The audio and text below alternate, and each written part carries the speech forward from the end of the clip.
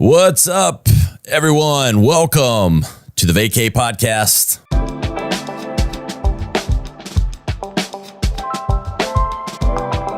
Ryan Alford, your co-host. We're joining you on this journey with my good friend, my business partner, and my co-host, Chris Hansen. What's up, Chris? What's up, man? How you doing? I'm good, man. First VAYCAY Podcast officially here. You're in Miami. I'm in South Carolina. We're holding down the East Coast, but just on different side or different states of it. We're living up to the name. I know. Shooting the podcast, have a hotel room in Miami. VAYCAY. Chris is always on a VAYCAY. If you want to vacay, you just go follow Chris Broby Hansen on Instagram. That's the true VAYCAY. Watching his feed of every hotel and getaway he's on. But we're excited to bring you the first episode of VAYCAY. It's going to be a great journey and a great getaway for everybody. But, we're going to get raw today. I talked to Chris. We are co-founders of VAYCAY, a premium plant-based wellness company. We'll talk more about that as we go. But, this is the foundational reason for why we started the brand and why we started the podcast. But I asked Chris, I said, Chris, we got to tell your story, man. He's why I'm involved, why Chris and I became close friends and business partners, and just excited to tell that story for what led Chris to start VAYCAY and really helped him overcome a lot of past demons, and pumped to hear that today. And I know it's going to impact a lot of people, Chris. For sure. Well, it's been a long journey. The journey's still going. But yeah, essentially, the inspiration behind VAYCAY was really identifying a need, which is that, we have a prescription drug problem in America. Opioids probably specifically being the most common one that everyone hears about with, oxy and fentanyl and stuff like that. So obviously, that's a problem we all hear about. And that was a problem that I had myself. I struggled with addiction, and predominantly with pharmaceutical drugs, whether it's pain medication like Oxycontin and Percocet, or Adderall, where I was taking it to study, right? But yeah, ultimately I struggled with that for a long time. And just to give a brief kind of, synopsis before we go deep, that my addiction and coming out of that is essentially what led me into the lab testing business, with my main business, Genesis Reference Labs, where really our main thing was drug testing and toxicology. So we were making sure patients are compliant with these controlled medications that doctors are prescribing. So it's not like we're, doctors are looking like, oh, I caught you, you're doing illegal drugs. No, we want to make sure that if you are on these controlled medications that you're sticking to the protocol, because they do have such a high potential for abuse. And doctors see that, and doctors obviously need to protect themselves. But so after getting in the lab space, and, we're national, we're all over the country, we work with physicians basically in every state. I'd be sitting in these waiting rooms of like a pain clinic, and I'd be surrounded by people waiting for their appointment. And I could see these people are suffering. Like they're going to get their refill of these pain meds or whatever it is. And it's kind of like, all right, I see a lot of people struggling with, the chronic pain, obviously. And these people do have real medical conditions, so you have a slipped disc in your spine. But it was easy to tell, like, what are we actually doing as far as treating people? Are we really treating them and getting the root of the problem, or are we just kind of putting a temporary problem on it? And I know if you go outside of America, because I've got family in the medical business overseas in Europe, they don't prescribe drugs like we do here. They don't prescribe Oxycontin and these high-powered opioids. They tell you to go to physical therapy, go get acupuncture, get massage therapy. It's a lot more what we would consider holistic, which, Ryan, we've talked about this before, where, we've all accepted big pharma as like medicine, when really like medicine has been here. It comes from the earth. Yeah. Or from things like physical therapy, acupuncture, whatever, where you can actually hopefully resolve the root cause and you're not hooked on these medications the rest of your life that have side effects, unfortunately. So anyways, the lab business, working with these patients, working with these doctors across the country, I saw an opportunity. All right, like, what can we bring outside of the traditional pharmaceutical that's still safe and can bring people relief? And that's where kind of the idea of VAYCAY was born. Because even myself, I still struggle with anxiety at times or trouble sleeping. And I think a lot of people struggle with sleep, where we have these natural plants, herbs available to us, for a reason. I think they've worked for thousands of years. Why don't we tap into that? And I do think we have a movement now. I honestly think it was after COVID, a lot of people really got more health conscious, and there's a big movement towards more natural healing, eating, whatever it is. Like, it goes along with the whole organic trend and plant-based trend. So, but yeah, that was kind of what inspired me and sparked it. And obviously that's evolving in a way. But really it was just as simple as what they say, you see a problem, you identify a need, present a solution, and here we are. Yeah. On the VAYCAY Podcast. I know. Telling the world. But look, I've got a couple follow-ups from kind of that. But I think the world, and you and I have talked about this, Chris, like how crazy it is that we've stigmatized the plant coming out of the ground, but what's made in a lab with a bunch of suit coats and chemicals is okay. That's the standard. That's okay. Right.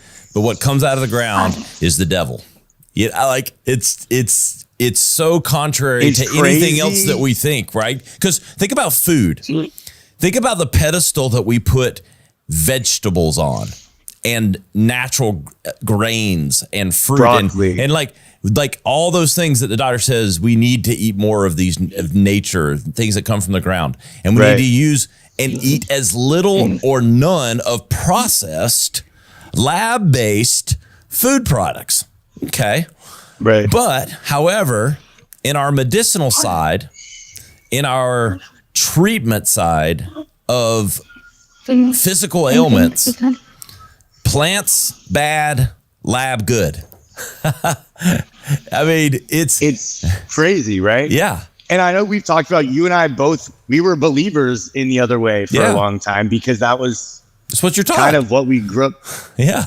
And it's funny because ever since I was a kid, going over to Europe to visit family, my family over there was funny. I remember my aunt would always be like, "Oh, you have a headache? Go take a walk. You just need fresh air." It wasn't go take an Advil, go take a Tylenol, or she would tell me go jump in the freezing cold ocean water. That'll essentially, and it's funny too, even if you look at trends and health trends, my cousin was doing, he had a mobile sauna business in Denmark like 15 years ago, where they did the sauna and the ice plunges, they put the sauna at the ocean.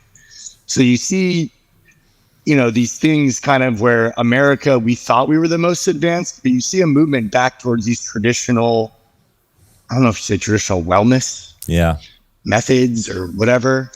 But I mean, when I started digging into the history of big pharma and realizing this is really only started in the 40s, 50s, where we've kind of all jumped to the synthetic.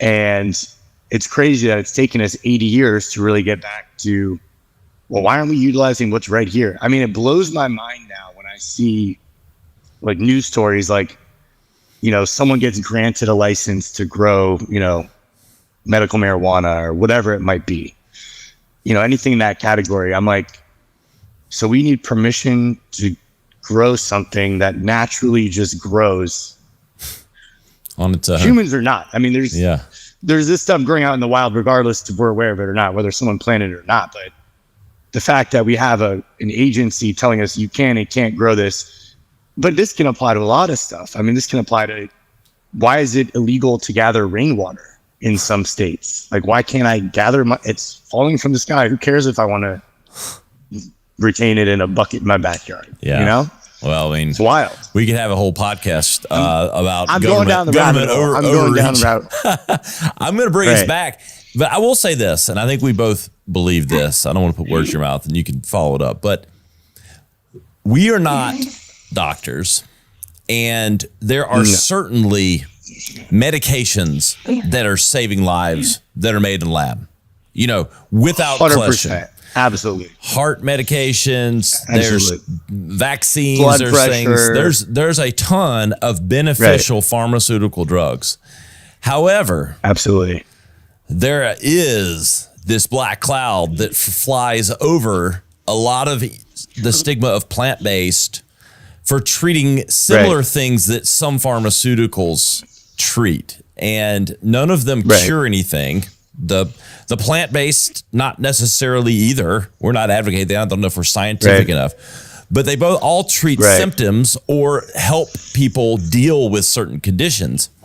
And I think what we're advocating for or believe is that we just should not have this stigma with plant-based wellness and things that can responsibly be used that come from the ground versus similar things for those types of conditions. And, none of which being, immediate life threats, Right.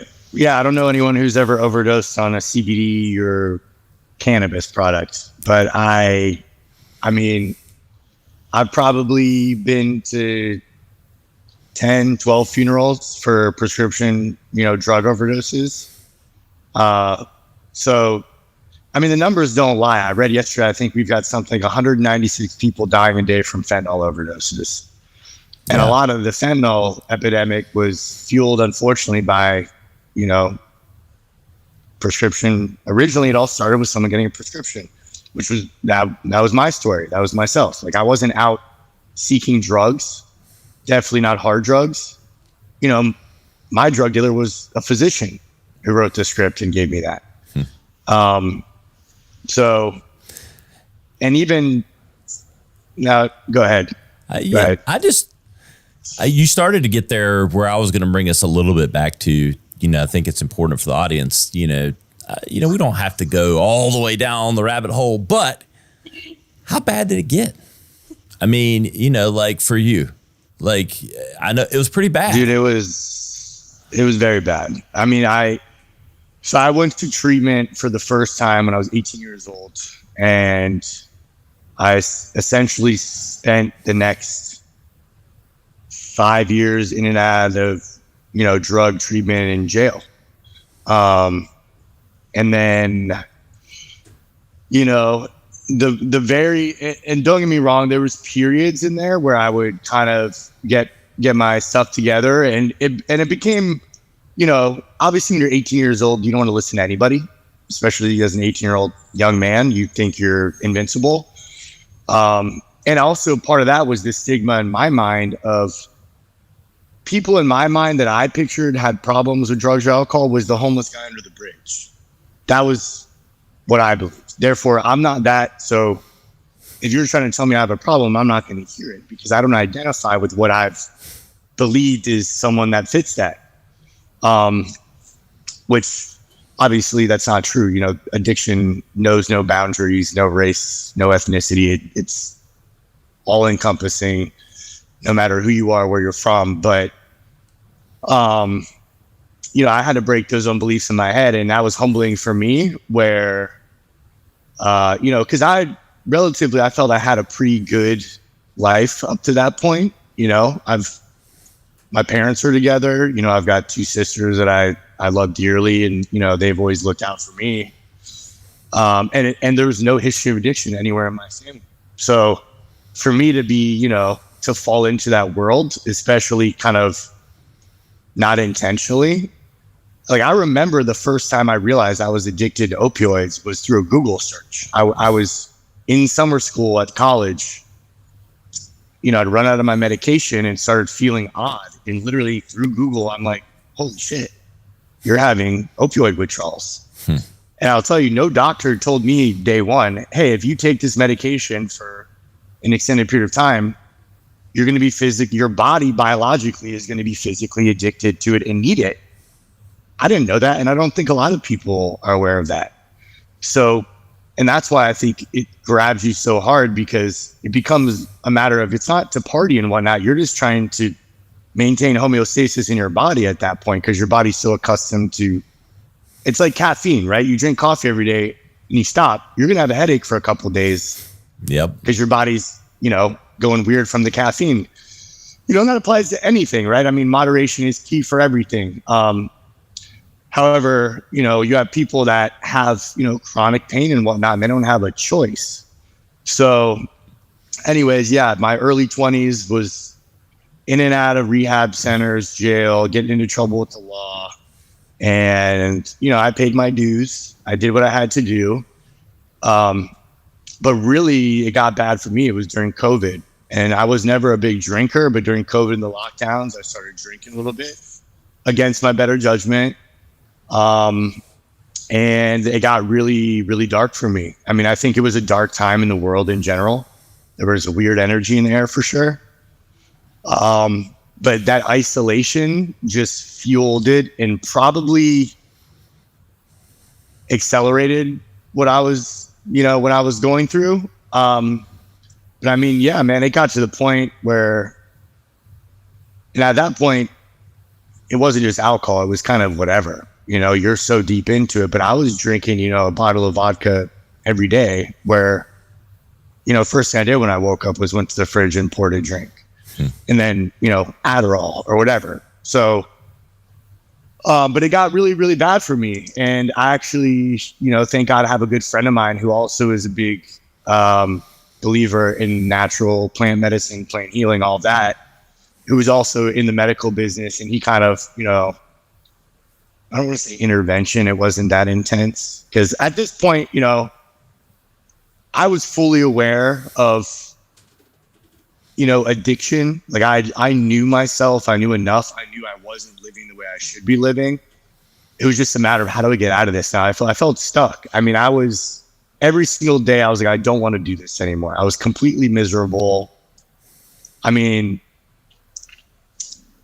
it was bad, dude. I don't know how else to say it. I mean, what ultimately flipped? Pictures and stuff. Yeah, what flipped? Like you say it wasn't an intervention. Your friend introduced you, to some plant-based things, and did it flip a switch for you? It flipped a switch for me. I mean, I'm not gonna lie, man. Some of it I like to think was divine intervention, and I don't want to get super deep with that on here, but I do think, there was some of that. There was some situations that were starting to happen. I mean, there was one particular situation. Put it this way. I had a friend that would always say, I'm allergic to alcohol. When I drink alcohol, I break out in handcuffs. That was... I mean, it's funny.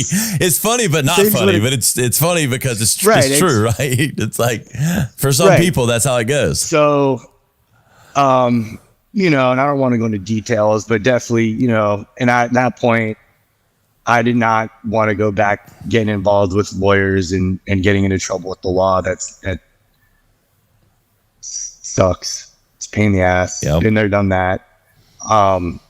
But I think it was really this friend kind of watching, and I asked for help. At that point, I knew I needed help, and I had some, it was actually, a girlfriend. She wasn't even my girlfriend at the time. It was an ex-girlfriend, and her family had a history of addiction. So she was familiar with it. She and my friend had been talking, and essentially I kind of told them both, hey, I could use your guys' help to a degree. And then being in the medical business, and obviously a lot of my medical business with our lab was successful because of my contacts that I've made through the treatment world and my experience with treatment centers, because I met a lot of great guys in these places where you spend a lot of time, you get to know each other very well. And, hopefully everyone comes out the other side. And a lot of, my buddies did, and they ended up working in the treatment world. So I've always had a close relationship with, guys that are, trying to live that way. So I really leaned on that, tapped into some of my resources. I had some physicians that were clients of mine that I kind of reached out to, and I just went cold turkey, dude. I stopped. I just was like, I'm done living like this. And And it wasn't anything external. It was all internal. And that was the difference. Is obviously with the external things, it can push you to a degree, you know, lose a job, whatever it might be. I mean, you hear about guys losing their wife and kids, and it's still not enough to get them to really stop. But for me, I was so done. And I was in this fight for so long, trying to make it work every which way possible. And I was just tired of it. And so I did cold turkey, and then I want to say about a year and a half after I'd gotten everything good, I went down to Costa Rica and did ayahuasca. So there you go. That was a big transformative thing for me, and that's gaining a lot of news right now. You know, you see Aaron Rodgers on Joe Rogan talking about it, and some girl from The Bachelorette I know recently had a show where she was talking about it. And it's funny because that's another, you know, plant thing that 5 years ago, I'm like, that's weirdo stuff, man. No thanks, not interested. That's hippy dippy. I'm a business guy. But my friend who put me onto it is also a successful business guy, entrepreneur. And, you know, I saw the changes it made in his life. So, you know, I sat on it for about a year and a half, and then I just felt, you know what? I've seen enough instances where I hear people talking about this, and it seems to be something that's a positive. And why not try something different? You know, why write it off? If it's been around thousands of years, like all these plants, there's got to be something to it. So that for me, huge transformative experience, beautiful. You know, hard to describe. Definitely encourage people to look into it. I don't want to say it's for everybody. I think, you know, something maybe look into just to be aware of it out there. But I do think that's something the next couple years, even now, we're going to start seeing pop up a lot more, people talking about, people interested in it. And I think that's super exciting. So I think a lot of people are going to relate to this, you know, that you hear stories, you know, and I think I have tons of friends and, you know, been down enough of my own roads to know, you know, how close you can get to that edge. And there'll be a lot of people that relate to that. And, you know, it's what ultimately built the foundation for why you got passionate about building a brand around plant-based wellness. I mean, and, you know, Vaycay. And so, you know, and by no means am I encouraging people, hey, you need something to replace or anything like that. Like, my goal isn't to have people, you know, eating Vaycay gummies all day either. You know, I just think, but I think as a therapeutic, there's a huge benefit. And you know, we have a lot of customers that are actual, you know, they're patients to a degree. You know, we have, you know, cancer patients that may not want to go on opioids, or they don't like how it makes them feel. And maybe they're in a state where they don't have access to medical marijuana or something like that. Or, you know, you've got someone with a slip disc in their back that the prescriptions make them sleepy and they don't like that. You know, a lot of medications have side effects. I mean, and then, you know, inevitably it's like, well, here's a different medication to counter those side effects from that medication. So it's like, it kind of becomes a, you know, never ending, going down a dangerous road there. Right. Yeah. And, you know, and I think what I love good for everybody except you. Yeah, exactly. But I love what we're doing, because the good, you know, there's always going to be bad players in everything. So the plant-based stuff comes around. You have these hemp formulations that are 100% legal, like what we carry. But there's always bad players that are going to market them to kids. They're going to load them with as much shit as they can get into it so that they can mimic some hardcore buzz that, you know, something illegal does. And, you know, that's what I love about we're doing, you know, having your lab background, testing everything that we test, and putting only the functional amount of the ingredients that are needed to get the response and wellness benefit that we're looking for, and not just, meltdown city. Yeah, man. That's where I saw a need really too, was I didn't see a lot of companies in this space kind of tailoring it more towards a medical application, especially in the hemp space. Obviously everyone's heard of CBD, right? It's gained a lot of popularity the last few years, and CBD is great, but there's a lot of other parts of the plant that are also great too. But yeah, and I'm not saying, people should go use cannabis and any of that at all. But I think it's like anything, moderation, right? I always compare to alcohol, where you don't want to go drink 151 every night. And in fact, I don't know anyone who likes drinking 151. And there's a lot of cannabis companies and hemp brands that are making what I would say like the 151 of gummies, whatever it might be. Yeah, how much which is proof great if can we that's make? what you're looking for. Yeah. Right. There's always someone trying to make the strong, like that's so America, right? We're like, we take something and we're like, all right, let's do it 10x. Yep. What everyone else is doing it.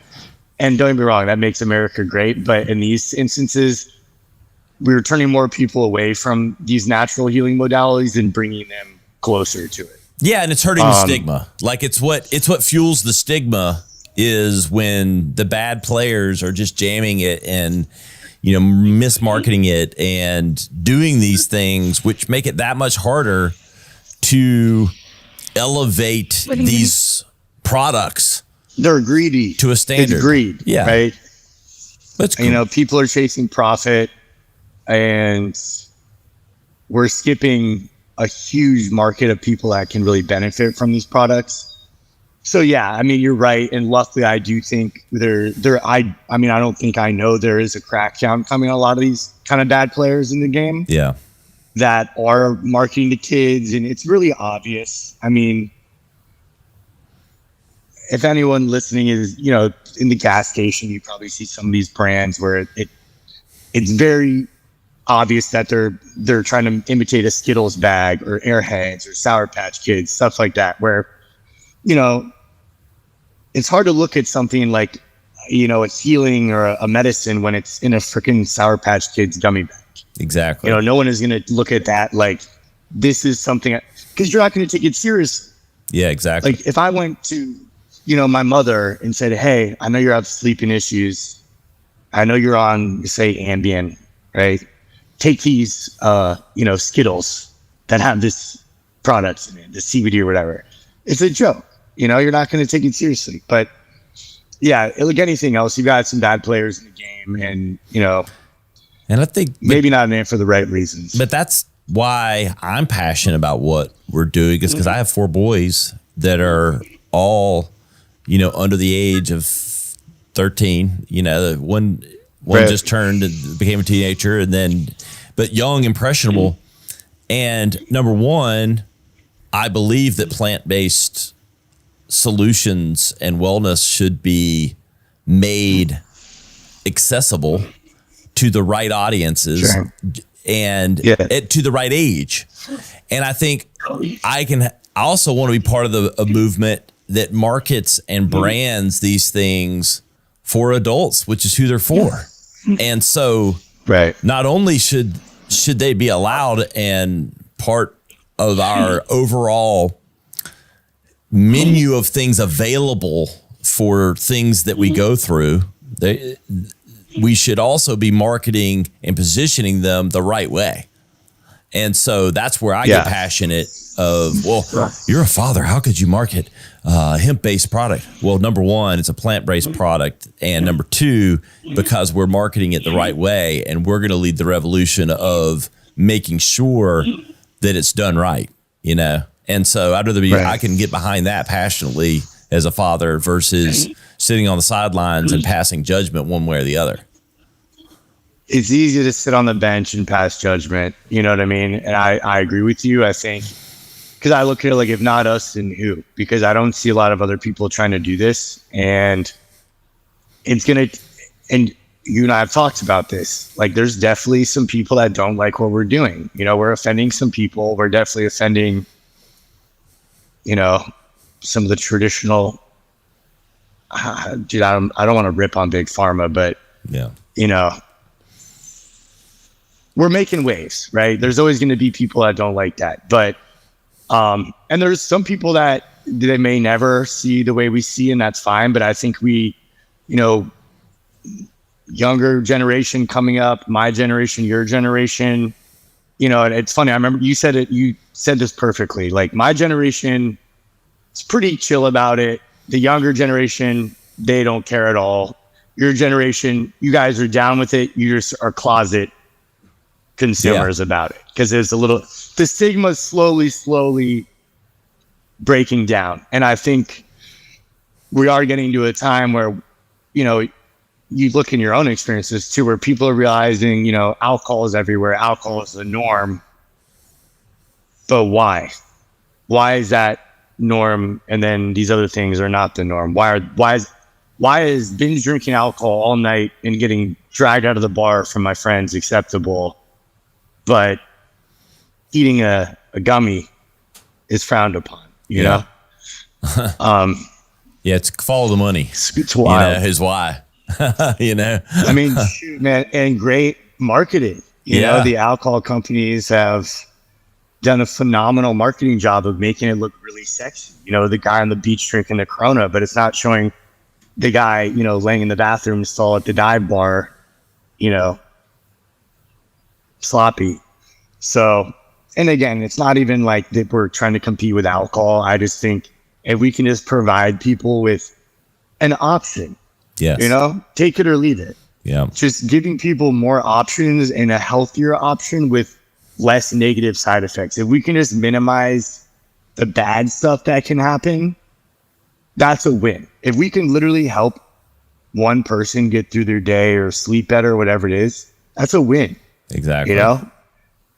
And that's what's so great about what we've got coming. You know, obviously our foundation was our proprietary based hemp formulations on the gummies, the natural vapors. Right. But we've got the roll-on, CBD roll-on coming out for pain relief. I'm waiting. I know you've got the order that came in, so I'm excited about that. My wrist is hurting. I need some actually, Chris. But and then we've got some functional mushrooms and things like that have, and again, not every one of these things is about a buzz. Like a lot of the stuff that we have coming down the pipeline. Again, we have the sleep aid already. You know, it's not about a buzz, it's about how to get to sleep. Pain relief. There's functional mental clarity. There's like a lot of other benefits that aren't just quote unquote a natural high. It's more of a natural wellness benefit. And so I think that's what is exciting, and I think will help again divide the line between or create clarity with how wide and open plant-based wellness solutions can be. Well, what I just popped in my head was coffee. Like, no one's walking around saying, "Oh, I got a natural high." No, but coffee does do something for us. We just don't use that word. Some people, I mean, in a way though, it is. I mean, for sure. The chemistry is, you know, and that's where, and obviously, depending on your body and who you are, you might feel something different than someone else to a degree, right? But we purposely formulated these to be less potent. And obviously, you know, the reason I did that was when I look around, all I see is companies making super strong product. And I've told you before, my own experience was, you know, traveling to Colorado or Vegas, one of these states where you could walk in a dispensary and buy some gummies or whatever. When I would go take trips out there, without a doubt, every time someone in my group was having a bad experience from edibles because it was too strong. So we've purposely, you know, formulated our stuff to be a therapeutic dose where it's much lighter, and that's going to affect people. Say, because if you have chronic pain, it might not give you a quote unquote buzz, right? It might just take that pain away depending on how strong your pain is. So everyone's different. but I like to think we found a happy medium, and obviously we've got our different kind of tiers of strengths with with the products that do contain, the mood enhancers, right? Yep. But yeah, like you said, the sleep gummy, I mean, that's just CBD, CBN, 2 non-psychoactive cannabinoids. There's no buzz. And then the ashwagandha, the lemon balm, the melatonin.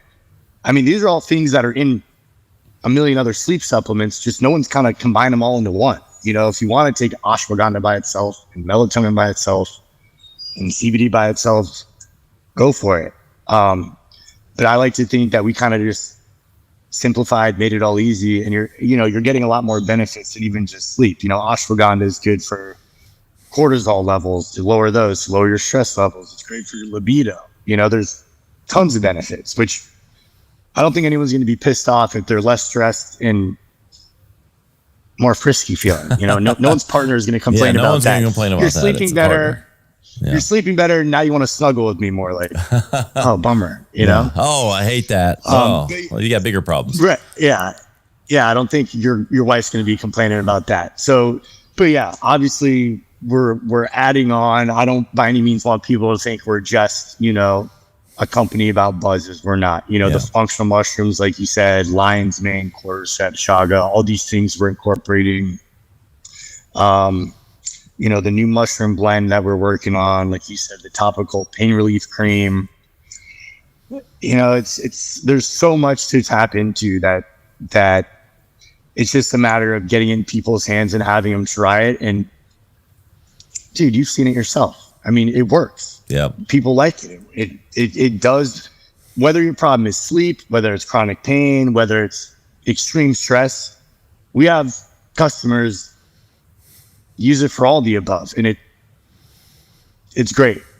And I think, I thought it was important for us, everyone listening, to hear Chris's story, the foundation behind it. This podcast is going to cross a lot of boundaries, but it's really, we're summarizing it as kind of like this natural getaways, and that translates to products and plant-based wellness, like we're going to talk about, but also travel and other things. So it's going to probably be a little lighter, obviously. Yeah. But again, we want to be authentic. Like, our brand is built on authenticity, and the only way to do that is to share these real stories. So I really hope, and I think that, our early audience and people that come back and listen to this, it's always interesting, Chris. I've been podcasting a long time, and, we're getting into it. But when you think about, I talk about it even on the show sometimes, wherever, whenever you are, because, we're talking now, but someone 6 years from now could be listening to this, and taking something from it, so it's real time for us. Right. But, we're documenting history, of what we're doing and the impact that we want to make. And so we're excited to bring those stories to life. I'm pumped. I mean, there's not a lot of people that know my whole story. And there was a long time I was like a little bit reserved about it. I don't want to say embarrassed, but I knew how it could be received. I knew there was still a stigma surrounding, addiction and whatnot. But I also want, like you said, I want to be authentic, where there's a mission behind what we're doing. This isn't just like, hey, let me go do this for fun and have people eating kiwi flavored gummies. No, like, this is near and dear to my heart. Like, I really want to help people and save people. I'm tired of seeing people die. I'm tired of burying my friends, because inevitably I get a call. Probably, it used to be honestly every 3 months. Now maybe once a year, if someone else that I know couldn't get out. I'm so fucking tired of that. It's not necessary anymore. So I think, I want people to understand, my background in the lab. Like, this has kind of been a natural progression. We didn't just jump into this. This has been something I've been out in the field, my own experience. I'm seeing patients all over the country deal with this in real time. And there's not a huge, I don't want to say backup plan, but these people don't have a lot of options, especially when you're in it. we have such an undying faith in our doctors. And a lot of this is educating doctors, which it's happening. I actually had a girl that works for us at the lab. Her son is having some inflammation issues in his body, and the doctor actually, first thing he said, put him on a CBD product. Every day, put him on a CBD capsule, reduce the inflammation. So you are seeing now the medical community is starting to take this more seriously and, look at this really as a therapeutic. So I'm excited. I really want people to see we're in this for the right reasons, that this is near and dear to my heart. I know for you're all in at this point too. That's translated. So, but also that we're doing this right. I have the lab testing experience. Therefore, we're very, very particular about what we're putting in our products, and that it's clean, good, high quality product. Yeah. And you can visit us at takeavacay.com. we wouldn't be remiss if you didn't lead you there. Vaycay.global. Yeah. Vaycay.global on Instagram. Yeah. So follow us there. You can follow Chris work. And let's drop our handles. You're at Chris B. Hansen. Chris Broby Hansen, Broby. That's my middle name. There we go. Everyone thinks I'm calling myself a bro. No, it's my legal name. Broby. Yes. Yeah. Chris Broby Hansen on Instagram. I'm Matt Ryan over on Instagram. We really appreciate you listening. We wanted to get this behind the scenes story of Chris's journey to the other side, and I'm glad he made it. He's a good partner and a good friend, and we can't wait to bring more stories and more information your way here on the VAYCAY Podcast. Follow at takeavacay.com. We'll see you next time.